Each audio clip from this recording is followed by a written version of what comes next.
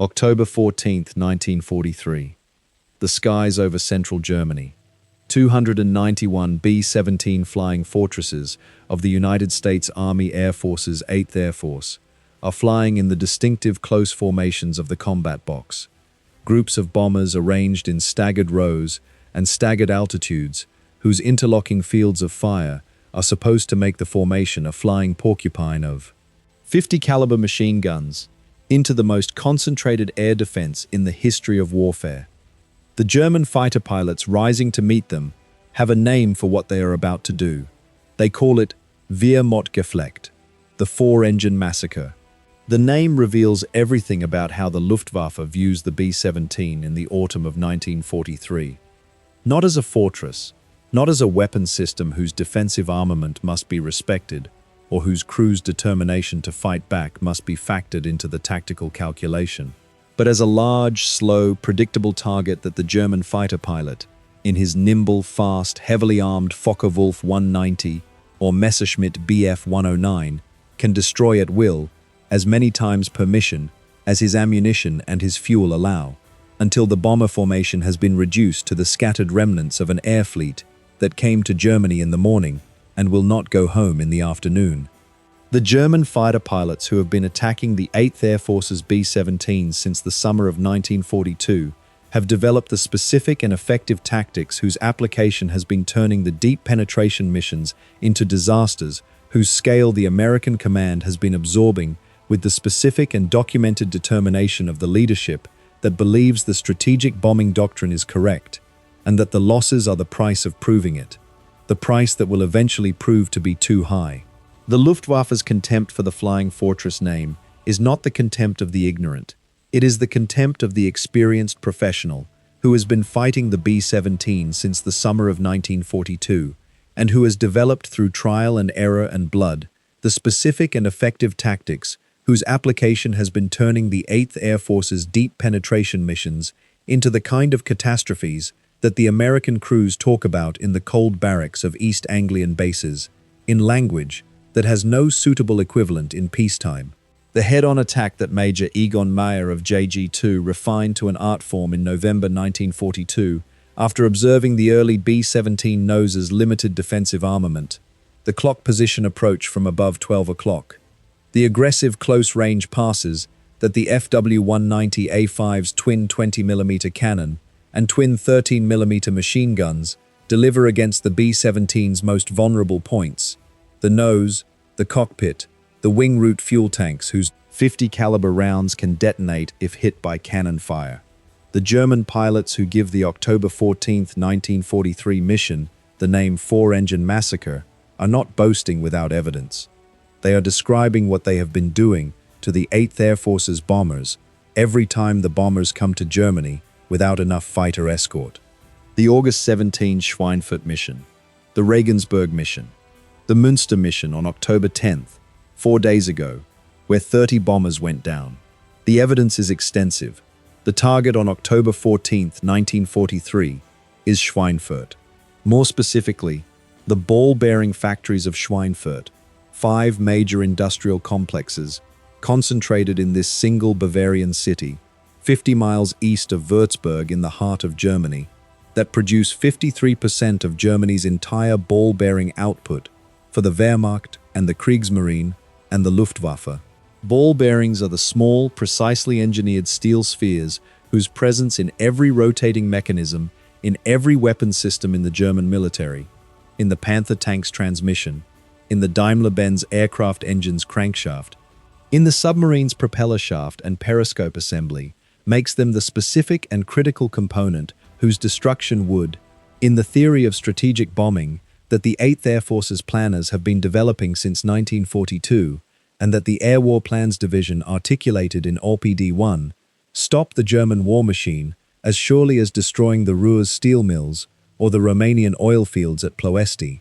The 8th Air Force bombed Schweinfurt once before, on August 17, 1943, in the twin strike mission that sent Colonel Curtis LeMay's 3rd Bombardment Division to the Messerschmitt factory at Regensburg, while the 1st Bombardment Division struck Schweinfurt. That mission cost 60 B-17s, and their crews, 600 American airmen killed, wounded, or captured in a single day of combat over Germany. The damage to the Schweinfurt factories was assessed as significant, but was repaired within weeks. The German industrial resilience, whose capacity to recover from bombing the strategic bombing doctrine had not adequately projected. And now, on October 14, 1943, Black Thursday, as it will be called in the historical record, the 8th Air Force is going back. Brigadier General Frederick Anderson, commanding the 8th Air Force's VII Bomber Command from his headquarters at High Wycombe, understands the risk in the specific and professional way of the commander who has been watching the campaign's loss rates accumulate since August. He has 291 B-17s available for the mission, organized in the 1st Bombardment Division under Brigadier General Robert Williams and the 3rd Bombardment Division under Brigadier General Curtis LeMay, the largest force he can assemble from the 3 bomb divisions whose combined strength has been depleted by the campaign's losses since the August 17 Schweinfurt-Regensburg mission.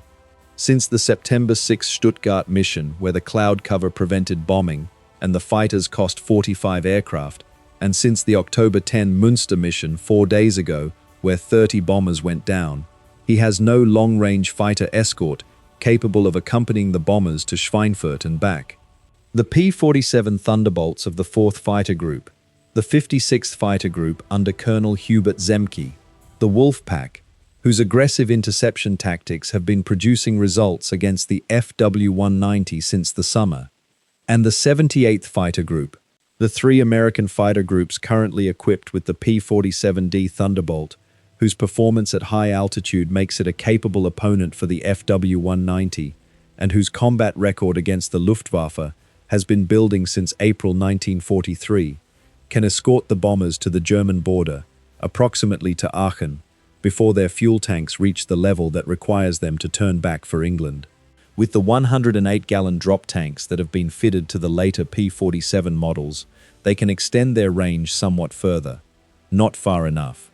Beyond Aachen, 200 miles from Schweinfurt and 200 miles back, the B-17 formations will be alone.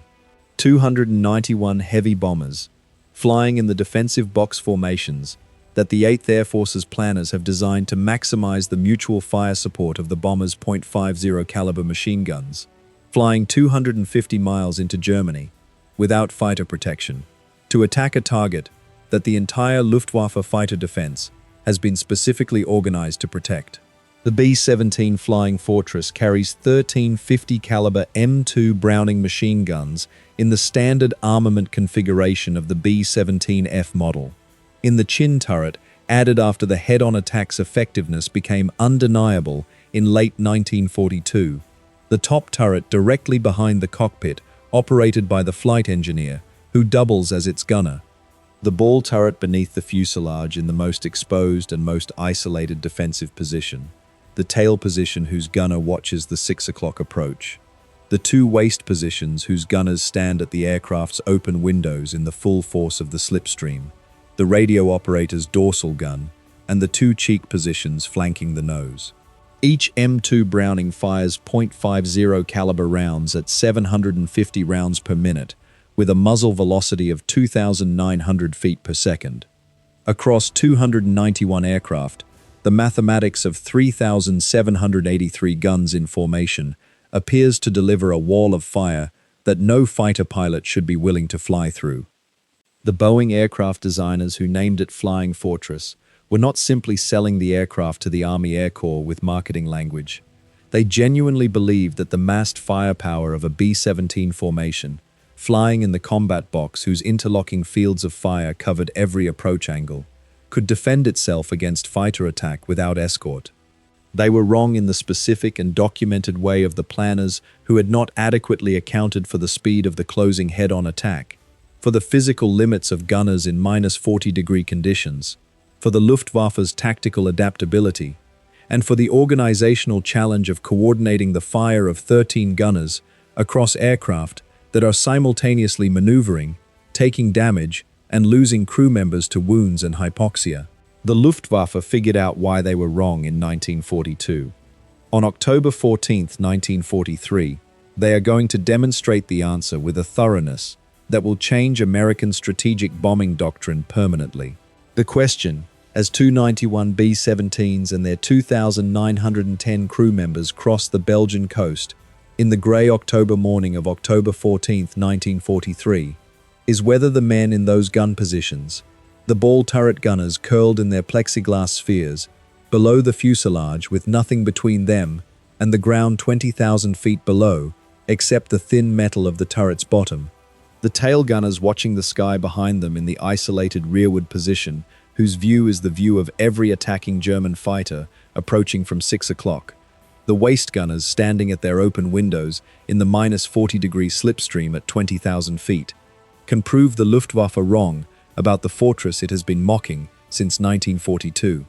The answer will cost more American lives than any single day's fighting in the entire strategic bombing campaign. And it will be an answer that the men in those gun positions give, not by winning, but by showing up and fighting what they find when they get there, which is the specific and particular form of courage that the strategic bombing campaign required from the men who flew it. October 14th, 1943. The German fighter controllers have been tracking the B-17 formations since they crossed the English coast at 0830 hours. The Jagddivision tracking network, the Freya and Würzburg radar stations, and the Luftwaffe Commando visual observers, and the Jägerführer fighter controller communications system that General Josef Schmid's Jagdkorps 1 has organized into the layered German air defense, whose acronym is Kammhuber-Line, after its architect, General Josef Kammhuber, has been plotting the bomber's course since 0900 hours, reading the formation's heading and altitude and speed with the specific and professional precision of the defensive system that has been waiting for exactly this mission and whose organization in 1943 is the most sophisticated air defense network in the world. When the P-47 escort reaches its fuel limit near Aachen and turns back for England at approximately 1150 hours, the pilots watching the fuel gauges that tell them the boundary of what they can accomplish, turning away from the bombers they were sent to protect, with the specific and documented frustration of the fighter pilot who knows what is coming. The German fighter controllers have already positioned 3 Jagdgeschwader to intercept. JG-1's FW-190s are north of the bomber track. JG-3's BF-109s are south. JG-26's FW-190s are positioned ahead of the formation at altitude. The moment the escort turns away, all 3 attack simultaneously. They attack from 12 o'clock high, from dead ahead at the same altitude or slightly above, diving through the B-17 formation at a closing speed of 500 miles per hour. The FW-190s of JG-1 and JG-26 coming nose-to-nose with the bombers in the head-on attack that Major Egon Mayer of JG-2 developed in November 1942 as the answer to the B-17's defensive firepower. Mayer's innovation was the recognition that the B-17F's original nose armament was inadequate, that the aircraft designed to fire in every direction except directly ahead could be attacked from directly ahead at closing speeds so fast that the bomber's gunners had almost no time to respond. It was simple, brutal, effective, and the Luftwaffe has been perfecting it for a year. The head-on attack exploits 2 specific weaknesses of the B-17's gun arrangement and the human limits of the gunners operating under extreme pressure at extreme altitude. The nose of the early B-17F model has limited forward-firing armament.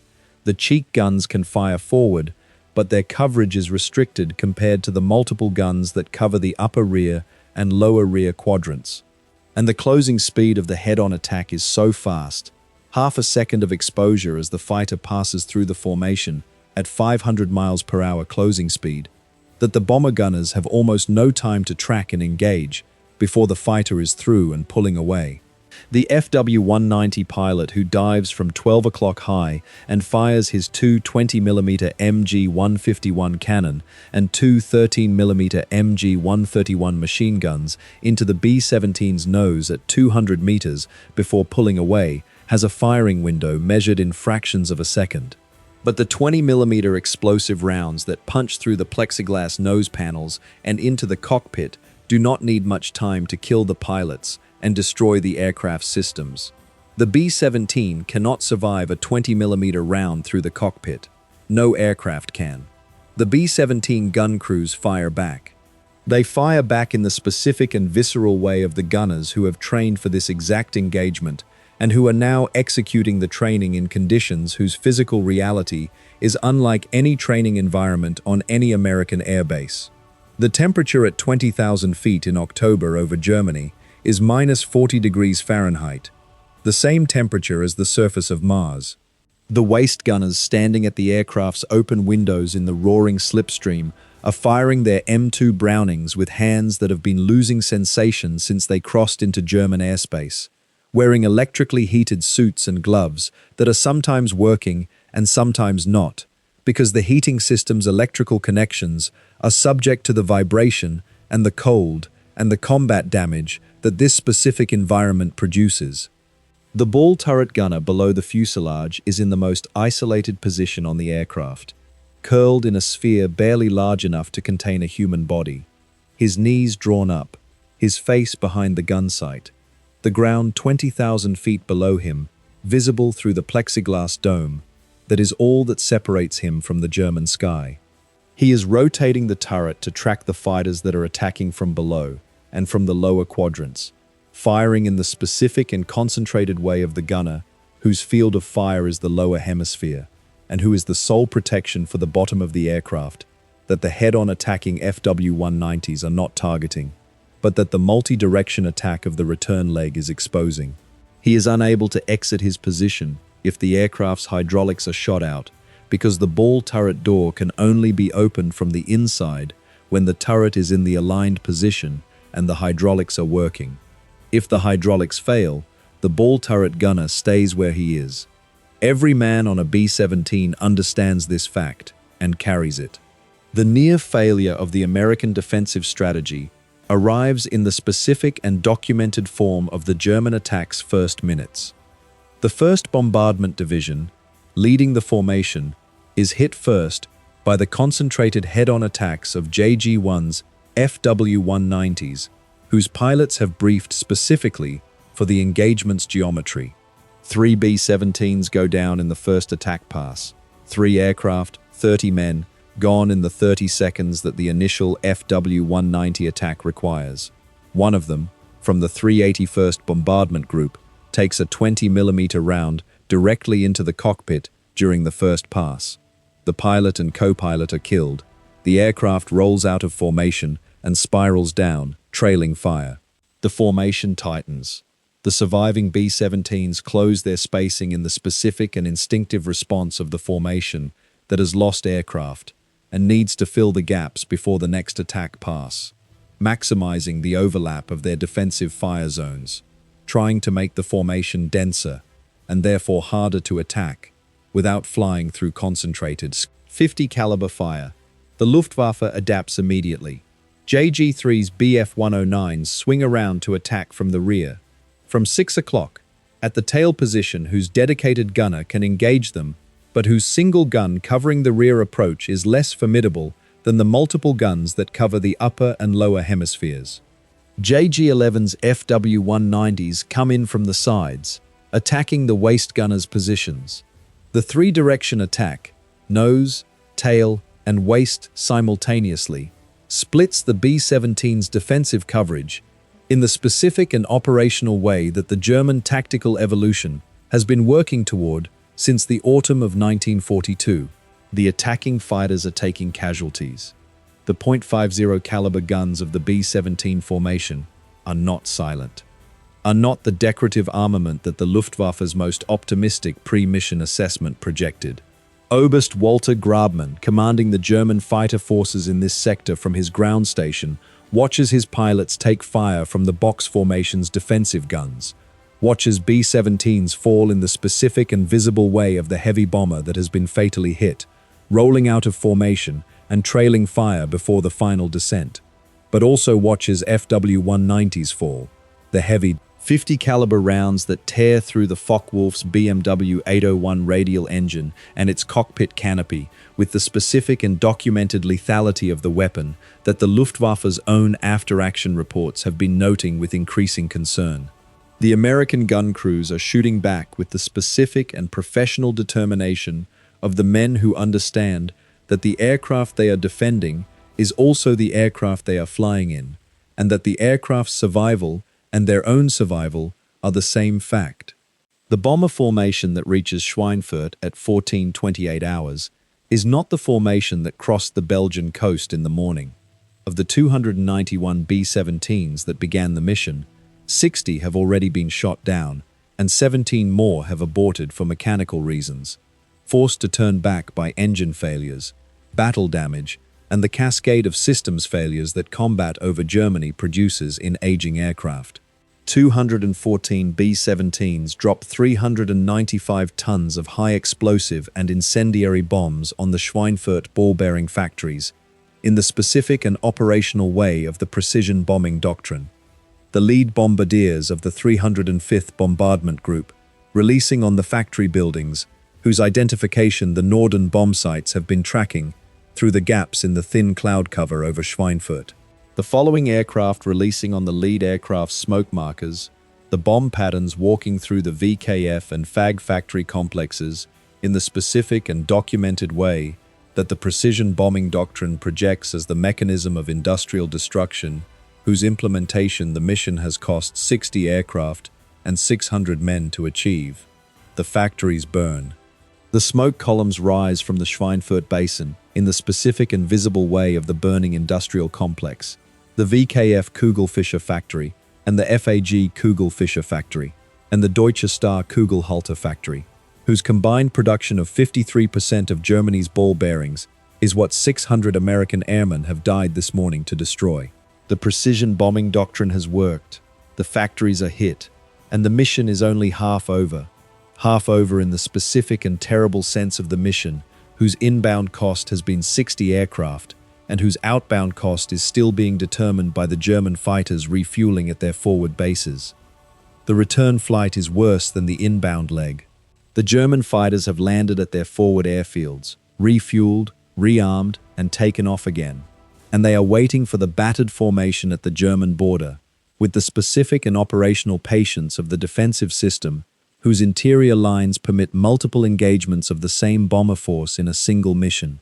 JG-11 and JG-2 and elements of JG-51 hit the returning bombers from the rear and from both sides simultaneously, coordinating the multi-direction attack that splits the defensive fire of the combat box formation across too many targets. The box formation that splits the defensive fire across too many attackers can still be effective when the attackers approach from one or two directions. When the attackers approach from 6 directions simultaneously, the defensive coverage is overwhelmed. The B-17 gunners are firing at fighters from the front and the rear and both sides at once, rotating their powered turrets and swinging their manually aimed waist guns through the arcs that the attackers' approach geometry requires, burning through their 50 caliber ammunition at a rate that will leave some aircraft with empty guns before they reach the Belgian coast.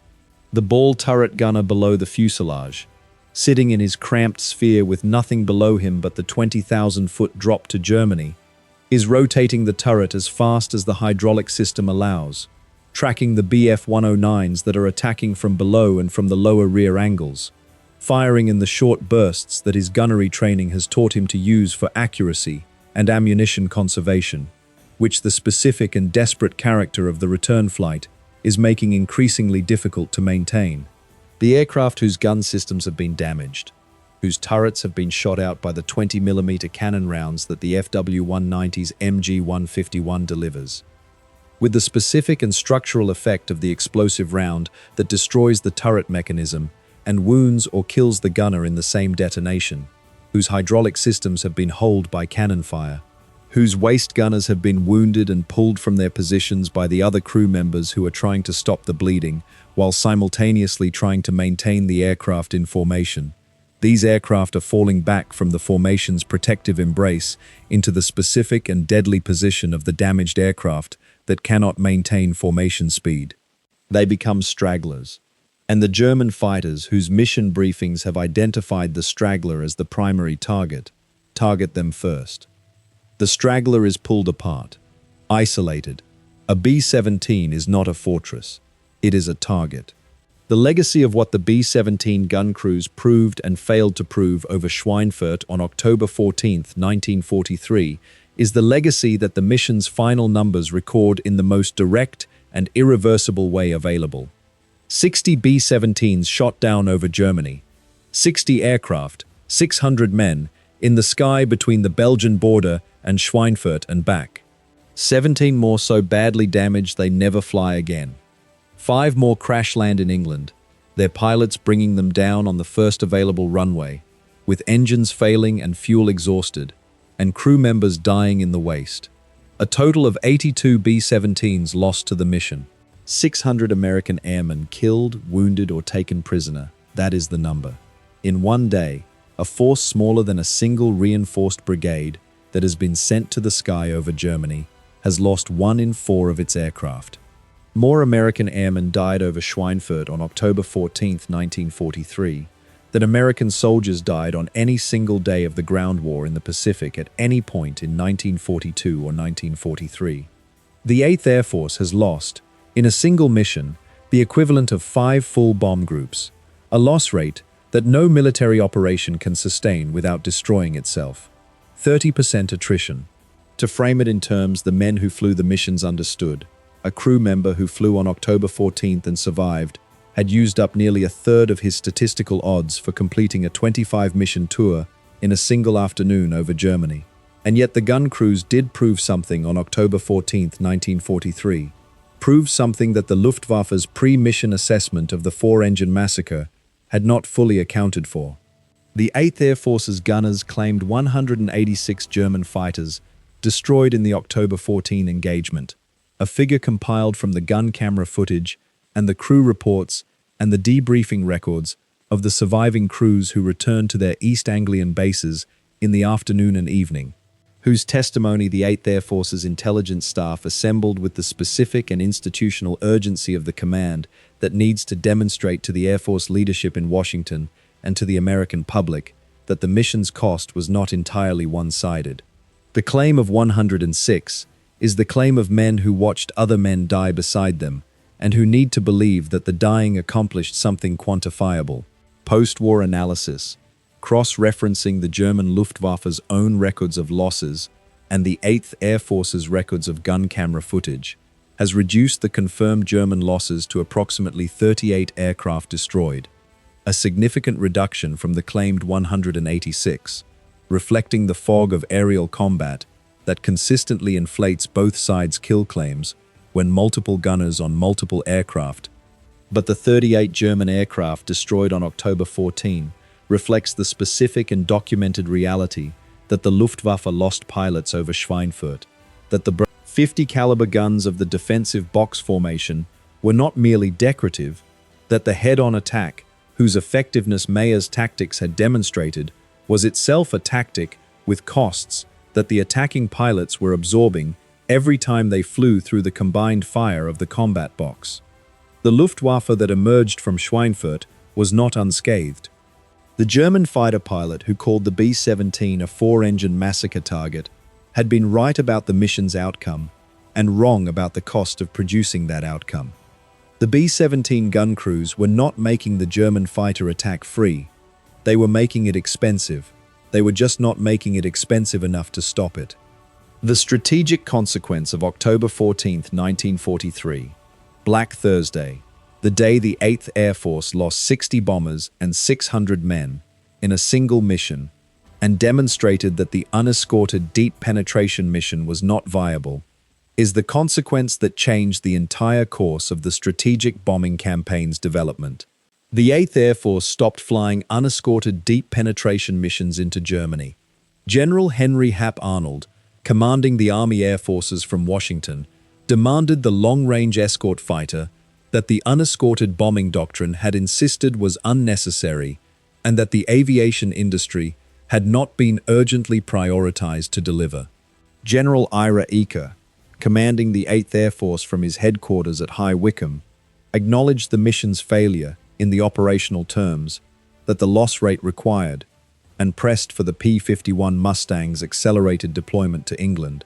The mission whose losses the 8th Air Force could not sustain was the unescorted mission, was the mission that sent bombers beyond the range of fighter escort and trusted the combat box's defensive firepower to protect them in the hours between Aachen and the target.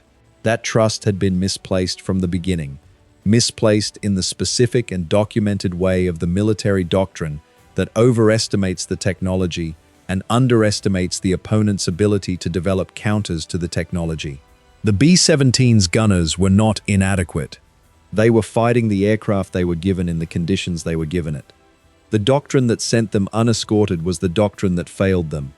The answer was not a better bomber or a more effective defensive formation, not a tighter combat box or a revised tactics manual or a heavier armament on the B-17's nose. The answer was the long-range fighter escort that could accompany the bombers all the way to the target and back, and the aircraft that provided it was the North American P-51 Mustang equipped with drop tanks, the external fuel tanks whose contents the pilot burns first and then jettisons before combat, extending the range by 600 miles. The P-51B entered operational service with the 8th Air Force's 354th Fighter Group in December 1943 and reached Berlin on March 4, 1944, proving that the long-range escort was achievable at the range that the strategic bombing campaign required. Its performance at altitude could compete with and defeat the FW-190 and Bf-109 in the dogfight. Its Rolls-Royce Merlin engine tuned for the high-altitude environment where the bombers flew. Its presence over Germany changed the air war's fundamental character from the unescorted bombing campaign that Black Thursday had demonstrated was unsustainable, to the escorted strategic bombing operation that destroyed the Luftwaffe's fighter force through the spring of 1944. The men who flew the ball turret and the tail position and the waist guns on October 14, 1943, over Schweinfurt, did not win the air war over Germany. They did not win the argument about the Flying Fortress name, in the strict sense that the battle they fought on Black Thursday ended with a German tactical victory whose specific and documented dimensions made the continuation of unescorted deep penetration missions impossible. What they did was something more specific and more honest than winning. They showed up at 0830 when the formations assembled over East Anglia. They flew into the German fighter attack that the German fighter controllers had been organizing since 0900. They fired their 50 caliber guns and hit what they hit and survived what they survived, and they proved that the fortress in the name was not a lie, that the aircraft was, in the hands of the men who flew it into the worst conditions the air war produced, as close to a flying fortress as the technology of 1943 could make it. That the technology of 1943 was not enough is not a failure of the men who manned the guns. That the technology of 1943 was not enough is not a failure of the men who manned the guns. It is the gap between what bravery can achieve and what it cannot. The gap between the defensive firepower of 3,783 50 caliber machine guns at -40 degrees operated by men who are cold and frightened and running out of ammunition, and the offensive firepower of 300 German fighter pilots who have been developing their attack tactics for a year and who are fighting over their own country. That gap is not a gap bravery can close. It is the gap that the P-51 Mustang was designed to close, and did close, in the winter and spring of 1944. But in October 1943, on the worst day of the American Air War's worst year, it was the gun crews of the 8th Air Force who held the line as best as any line could be held under those conditions, who flew into the four-engine massacre that the Luftwaffe had promised and delivered, who fired back from the ball turret and the tail position and the waist windows at 20,000 feet and -40 degrees, and who demonstrated in the cost they extracted from the Luftwaffe, even as the Luftwaffe destroyed them, that the fortress was not just a name. It was a promise those men kept with their guns and their lives, even when the keeping cost everything.